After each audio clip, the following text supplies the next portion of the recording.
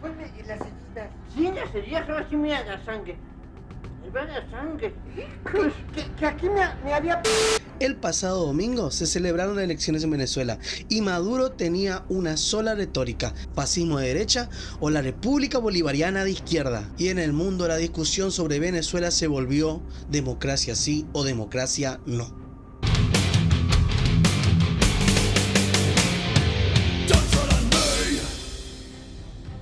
La verdadera noticia que sorprendió verdaderamente al mundo hace algunos meses fue que Maduro convocaría elecciones. Sin embargo, ¿cómo es que se llegó a esto? Y no es que a Maduro de golpe le dio un ataque de honestidad democrática. Todos saben que Venezuela es un país avasallado por sanciones económicas debido a las constantes violaciones a los derechos humanos, violaciones a la democracia y a la libertad de expresión que se perpetuaron a través del tiempo en los últimos 25 años. Todo esto llevó a un brutal éxodo que a la fecha lleva más de 8 millones de venezolanos que han abandonado su país para tratar de buscar un mejor pasar en otros países del mundo. Uno de esos países, por supuesto, ha sido la tierra de la libertad, Estados Unidos. Sin embargo, las leyes de migración en el país del norte son bastante jodidas, por lo cual muchos venezolanos que llegaron a Estados Unidos ilegalmente terminaron encarcelados y a punto de ser deportados. Sin embargo, Venezuela no quería recibirlos. Fue así como Maduro logró una comunicación con el gobierno de Joe Biden, donde negociarían ¿qué pasaría con estos deportados que debían volver a Venezuela? En esta negociación, donde Maduro había aceptado volver a recibir a los venezolanos que habían escapado del país, lograron llegar a un acuerdo donde se levantarían varias sanciones democráticas a cambio de que Maduro celebraba elecciones libres y transparentes. Hola, soy el Fernando del futuro, me equivoqué, no eran sanciones democráticas, eran sanciones económicas. Seguimos con el video. Y para asegurar el legítimo resultado de las elecciones, los veedores internacionales serían el Centro Carter y la ONU. Puesto en marcha estas negociaciones y lanzado el llamado a elecciones, la señora María Corina Machado, que ya tenía una larga carrera política en la oposición, a pesar de estar inhabilitada para ser candidata o ser funcionaria pública, logró reunir a toda la oposición venezolana atrás de la figura de Edmundo González y a su vez montar una masiva campaña convenciendo a los venezolanos de ir a las urnas el pasado domingo. Las encuestas venezolanas previas daban una terrible derrota sobre Maduro por parte de Edmundo González. El régimen ya solo le quedaba un 25% de apoyo popular. Y a pesar de que Maduro había declarado que si perdía las elecciones entregaría el poder pacíficamente, empezó una estratagema masiva para intentar que la mayoría de los venezolanos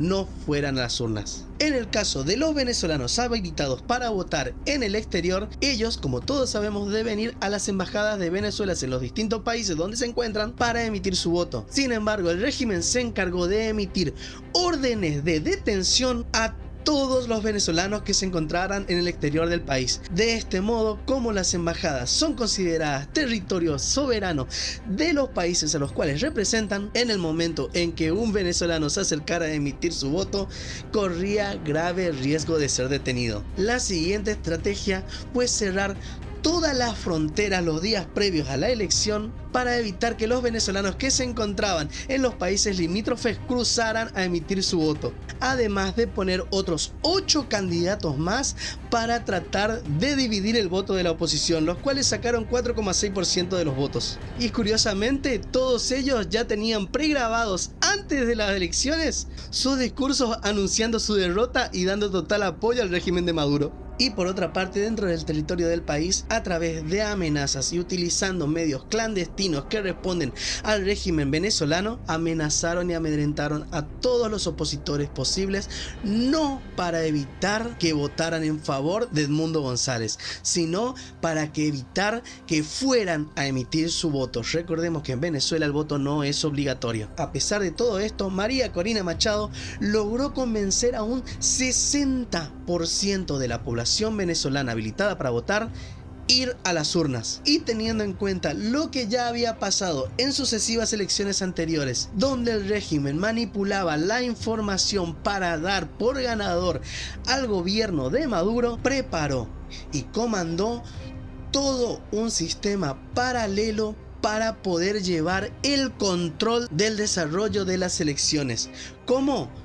Con fiscales de mesa, como le decimos allá, o como le dicen en Venezuela, comanditos. La orden principal era simple: cada vez que se emitía el telegrama de una urna, los comanditos eran encargados de tomar la foto correspondiente y enviarlas al centro de cómputo que había montado María Corina Machado para tener el registro de cómo se llevaba a cabo la elección. Por su parte, el organismo oficial, el CNE de Venezuela, llevó el conteo correctamente al menos hasta el primer 20%, donde misteriosamente se dejaron de levantar las actas y los telegramas que hasta hoy no se saben dónde están. Sin embargo, del lado de Edmundo González y Corina Machado pudieron demostrar fehacientemente, con la posibilidad de cualquier venezolano de corroborar su voto, que Edmundo González había ganado con más del 70% de los votos la elección y que Maduro solo había obtenido un 23%.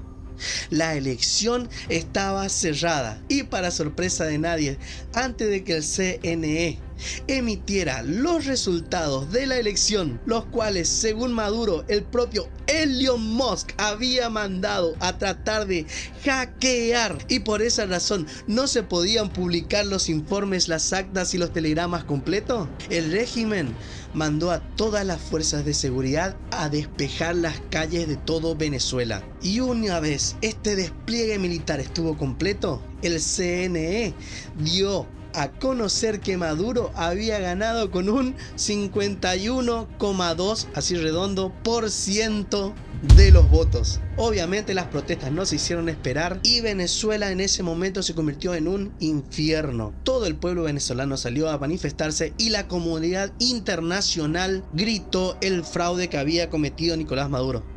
A excepción, claro, de Xi Jinping, de Putin y el gobierno de Irán, y obviamente toda la lacra internacional que ya conocemos. Javier Milei y Nayib Bukele fueron los primeros en decir a viva y clara voz que Maduro había cometido un fraude electoral, mientras el resto de los países seguía exigiendo los telegramas y las papeletas que demostraran ese 51,2% que Maduro había sacado en las elecciones. En el caso de países como México, Brasil, Colombia y Estados Unidos, le recomendaron a Maduro que no se autoproclamara presidente reelecto antes de mostrar las actas que avalaban la elección que estaban anunciando. Sin embargo, decidió hacer caso omiso y el día lunes decidió emitir un discurso en donde se autoproclamaba presidente reelecto por tercera vez de la nación de Venezuela y tachaba libremente de fascistas y golpistas tanto a Edmundo González y a María Corina Machado y a todos los dirigentes de la oposición venezolana. Los que tendrían la respuesta a este conflicto fueron el Centro Carter y la ONU. Sin embargo, no decidieron emitir su informe sobre lo que había pasado en la elección hasta no poder retirarse de Venezuela, lo que solo tiraba más leña al fuego.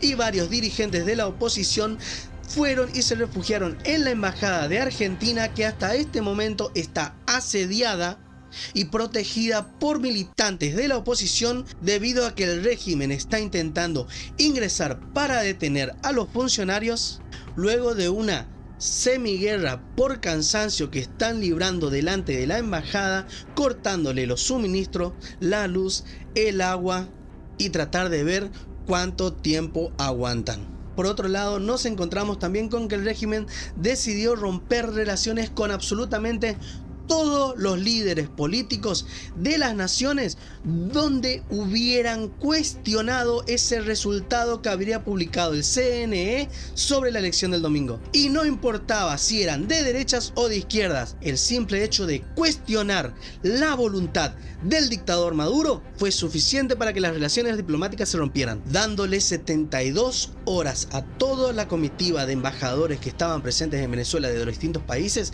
para retirarse. Y si hay algo que pasa desgraciadamente con el régimen venezolano, es que es ya un estereotipo.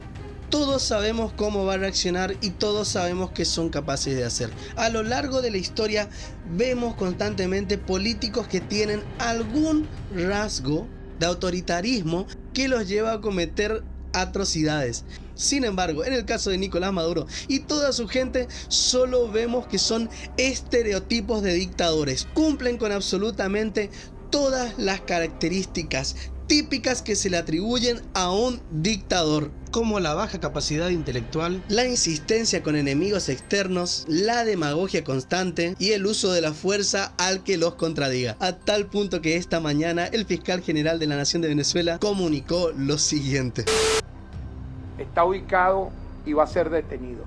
Pero yo quisiera que viéramos en primer lugar este video. Caen en el piso, le echan salsa de tomate a la persona en el suelo, algo jamás visto de teatro bufo necrofílico, y luego aparece el gordito tirado en el piso en una moto. Dale, dale, dale, que ya hicimos la cuestión. Adelante, veamos el primer video.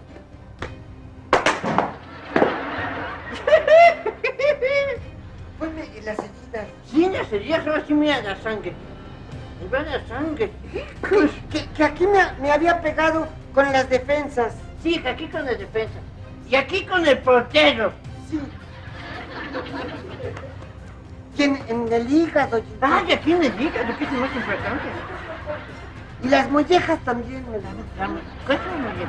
Doctor, están adentro, me Bueno, espérate. Está bien, obviamente lo que acabo de hacer es un chiste, pero se entiende a qué voy.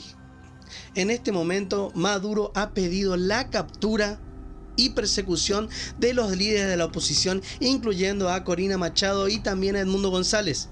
Y los que lograron salvarse ahora están siendo protegidos por los propios militantes del pueblo venezolano que no quieren seguir con el régimen.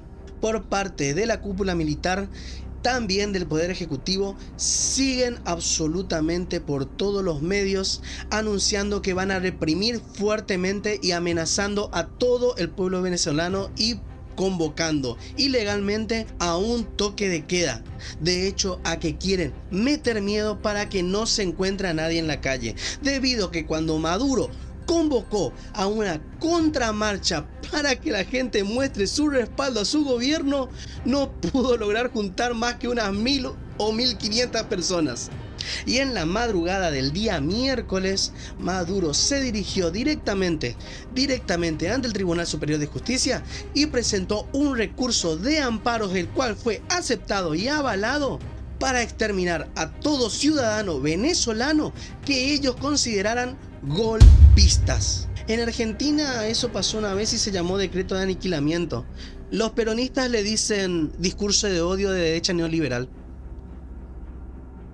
En este momento, más ciudadanos venezolanos del interior del país siguen llegando a Caracas para confrontar el régimen. Y si Maduro de verdad piensa lanzar una contraofensiva con su guardia pretoriana personal, la cual se llaman colectivos que andan en moto disparando a la gente y a través de toda la cúpula militar, desgraciadamente esto ya se puede considerar una guerra civil. Y si hay que encontrar un paralelismo con la historia, Venezuela en este momento esperemos que termine con Maduro abandonando el país y logrando llegar al poder Edmundo González. De otro modo, hay alguien que todavía tiene mucho más de que perder, y es justamente el señor Padrino, jefe de la cúpula militar bolivariana, que ya intentó anteriormente negociar su salida del régimen con el gobierno de Estados Unidos. Le salió mal y junto con el apoyo de Cabello podrían quedar como presidentes interinos en Venezuela. Y como pasó en Argentina, cuando una peronista se le cayó su gobierno luego de la muerte de su marido y pactado un decreto de aniquilamiento como el que hoy fue a firmar Maduro frente al Tribunal Supremo de Justicia de Venezuela, podría dejar a todo el país bajo una represión total y absolutamente peor a la que ya han vivido. Si el pueblo de Venezuela ha decidido levantarse, es porque María Corina Machado les ha demostrado que son la mayoría y que ya no quieren al régimen en el poder. Y me atrevo a decir que esta mujer pasará a la historia al mismo nivel del libertador Bolívar en Venezuela. ¡Viva la libertad, carajo!